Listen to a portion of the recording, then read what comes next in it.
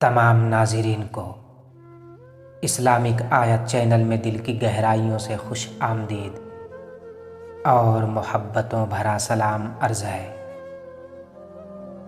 دوستو، حضرت سیدنا عمر بن میمون رضی اللہ عنہ فرماتے ہیں کہ جس دن حضرت سیدنا عمر فاروق رضی اللہ عنہ پر حملہ کیا گیا اس دن میں وہیں موجود تھا۔ حضرت سیدنا عمر فاروق رضی اللہ عنہ نماز فجر کے لیے صفیں درست کروا رہے تھے تو میں آپ رضی اللہ عنہ کے بالکل قریب کھڑا تھا۔ ہمارے درمیان صرف حضرت سیدنا عبداللہ بن عباس رضی اللہ عنہما حائل تھے۔ حضرت سیدنا عمر رضی اللہ عنہ صفوں کے درمیان سے گزرتے اور فرماتے کہ اپنی صفیں درست کر لو۔ جب آپ رضی اللہ عنہ نے دیکھا کہ صفیں بالکل سیدھی ہو چکی ہے، نمازیوں کے درمیان بالکل کھلا نہیں رہا اور سب کے کندھے ملے ہوئے ہیں، تو آپ رضی اللہ عنہ آگے بڑھے اور تکبیر تحریمہ کہی۔ آپ رضی اللہ عنہ کی عادت کریمہ تھی کہ صبح کی نماز میں اکثر سورہ یوسف اور سورہ نحل میں سے قرأت فرماتے تھے۔ آپ رضی اللہ عنہ پہلی رکعت میں کچھ زیادہ تلاوت فرماتے تھے تاکہ بعد میں آنے والے بھی جماعت میں شامل ہو سکے۔ ابھی آپ رضی اللہ عنہ نے نماز شروع ہی کی تھی کہ ایک مجوسی غلام جو پہلی صف میں چھپ کر کھڑا تھا، اس نے موقع پاتے ہی ایک دو دھاری تیز خنجر سے آپ رضی اللہ عنہ پر حملہ کر دیا۔ حضرت سیدنا عمر فاروق رضی اللہ عنہ کی آواز سنائی دی کہ مجھے کسی کتے نے قتل کر دیا یا کاٹ لیا ہے۔ وہ مجوسی غلام حملہ کرنے کے بعد پیچھے پلٹا اور بھاگتے ہوئے تیز نمازیوں پر حملہ کیا، جن میں سے 7 شہید ہو گئے۔ ایک نمازی نے آگے بڑھ کر اس پر کپڑا ڈالا اور اسے پکڑ لیا۔ جب اس بدبخت غلام نے دیکھا کہ اب میں پکڑا چکا ہوں تو اپنے ہی خنجر سے خودکشی کر لی۔ جب حضرت سیدنا عمر فاروق رضی اللہ عنہ پر حملہ ہوا تو صفوں میں دور دور کھڑے اکثر نمازی اس حملہ سے بے خبر تھے۔ جب انہوں نے حضرت سیدنا عمر فاروق رضی اللہ عنہ کی قرأت نہ سنی تو سبحان اللہ کہنا شروع کر دیا۔ حضرت سیدنا عبد الرحمن رضی اللہ عنہ نے آگے بڑھ کر نماز فجر پڑھائی۔ اکثر لوگوں کو نماز کے بعد واقعہ کا علم ہوا۔ حضرت سیدنا عمر فاروق رضی اللہ عنہ شدید زخمی ہو چکے تھے۔ آپ رضی اللہ عنہ نے حضرت سیدنا ابن عباس رضی اللہ عنہما سے فرمایا کہ اے ابن عباس، معلوم کرو کہ مجھے کس نے زخمی کیا ہے۔ آپ رضی اللہ عنہ باہر گئے۔ کچھ دیر بعد واپس آ کر بتایا کہ مغیرہ رضی اللہ عنہ کے غلام ابو لؤلؤہ فیروز نے آپ رضی اللہ عنہ پر حملہ کیا ہے۔ حضرت سیدنا عمر فاروق رضی اللہ عنہ نے فرمایا کہ وہی غلام جو لوہار تھا۔ حضرت سیدنا ابن عباس رضی اللہ عنہما نے جواب دیا، جی ہاں۔ تو حضرت سیدنا عمر فاروق رضی اللہ عنہ نے کہا کہ اللہ رب العزت اسے غارت کرے، میری اس سے کوئی دشمنی نہیں تھی، بلکہ میں نے تو اسے نیکی کی دعوت دی تھی، میں تو اس کے ساتھ بھلائی کا خواہاں تھا۔ اللہ رب العزت کا شکر ہے کہ میں کسی مسلمان کے ہاتھوں زخمی نہیں ہوا۔ پھر حضرت سیدنا عمر فاروق رضی اللہ تعالی عنہ کو گھر لے جایا گیا۔ حضرت سیدنا عمر بن میمون رضی اللہ تعالی عنہ فرماتے ہیں کہ ہم لوگ بھی آپ رضی اللہ تعالی عنہ کے گھر کی طرف چل دیے۔ لوگوں پر مصیبتوں کا پہاڑ ٹوٹ پڑا تھا، گویا اس سے پہلے کبھی ایسی پریشانی اور مصیبت سے دو چار نہ ہوئے تھے۔ لوگ حضرت سیدنا عمر فاروق رضی اللہ تعالی عنہ کو تسلی دینے لگے کہ حضور آپ رضی اللہ عنہ پریشان نہ ہو، آپ رضی اللہ تعالی عنہ کے زخم جلد ہی ٹھیک ہو جائیں گے۔ پھر آپ رضی اللہ تعالی عنہ کو کھجور کی نبیذ پلائی گئی۔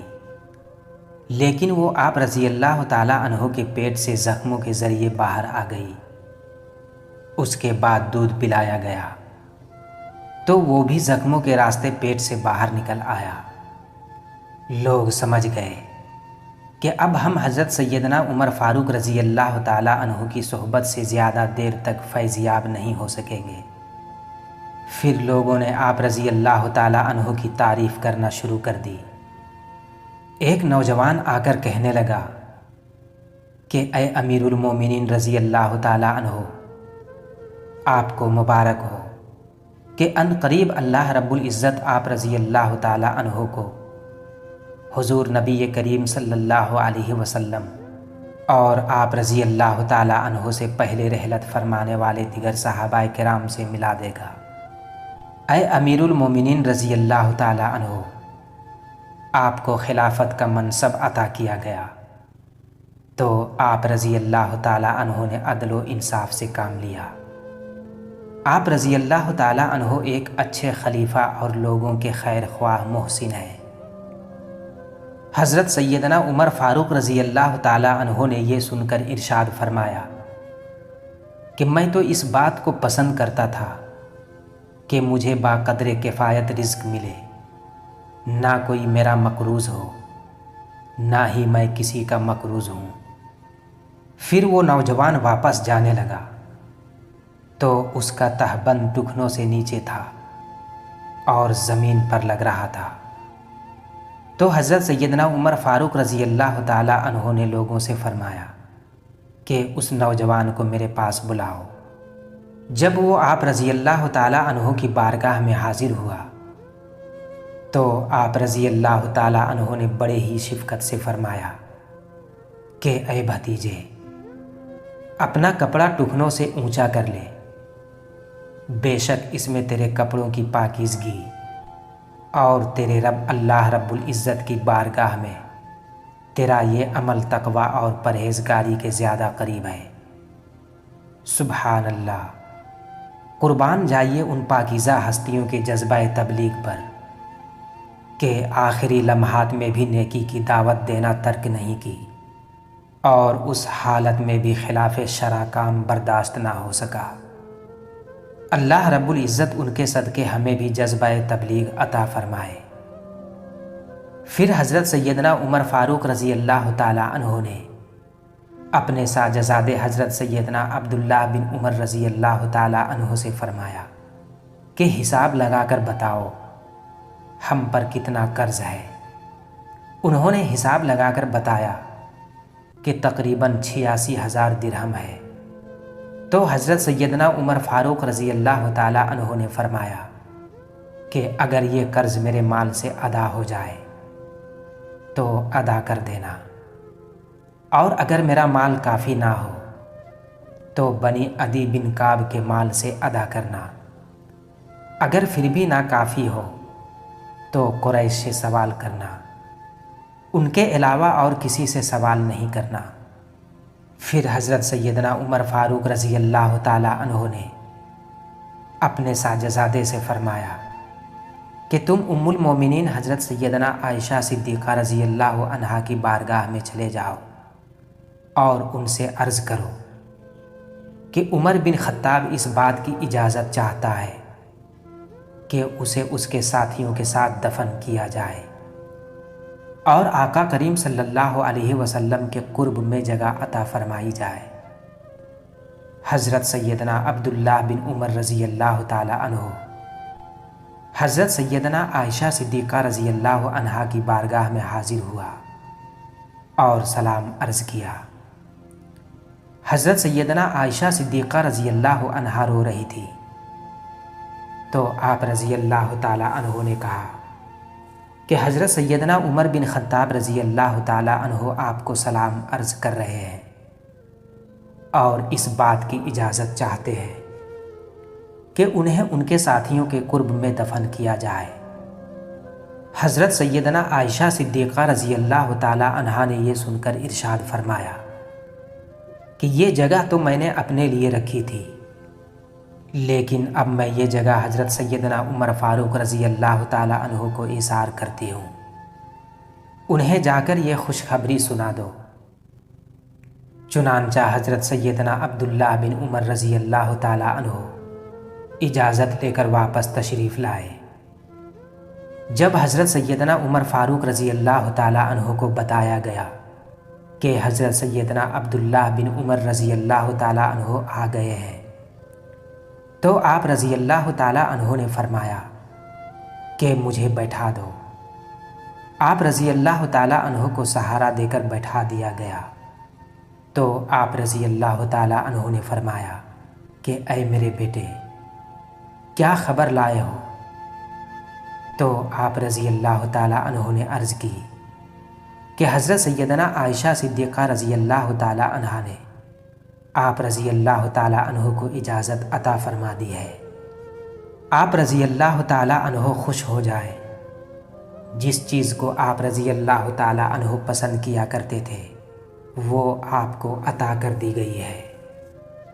یہ سن کر حضرت سیدنا عمر فاروق رضی اللہ تعالیٰ عنہ نے فرمایا کہ مجھے اس چیز سے زیادہ اور کسی چیز کی فکر نہیں تھی۔ الحمدللہ، اللہ رب العزت مجھے میری پسندیدہ چیز عطا کر دی ہے۔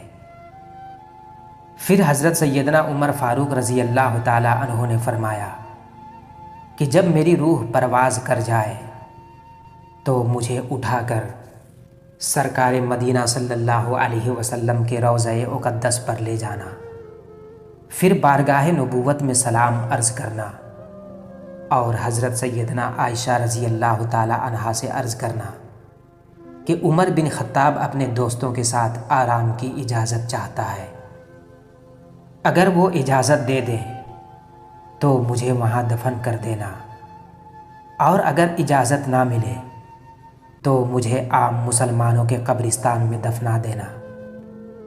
جب حضرت سیدنا عمر فاروق رضی اللہ تعالیٰ عنہ کی روح خالق حقیقی اللہ رب العزت سے جا ملی تو ہم لوگ آپ رضی اللہ تعالیٰ عنہ کو مسجد نبوی میں لے گئے، اور حضرت سیدنا عبداللہ بن عمر رضی اللہ تعالیٰ عنہ نے حجرہ مبارکہ سے باہر کھڑے ہو کر ام المومنین حضرت سیدنا عائشہ صدیقہ رضی اللہ تعالیٰ عنہا کو سلام عرض کیا، اور حضرت سیدنا عمر فاروق رضی اللہ تعالیٰ عنہ کو حجرہ مبارکہ میں دفن کرنے کی اجازت طلب کی، تو حضرت سیدنا عائشہ صدیقہ رضی اللہ تعالیٰ عنہا نے اجازت عطا فرما دی۔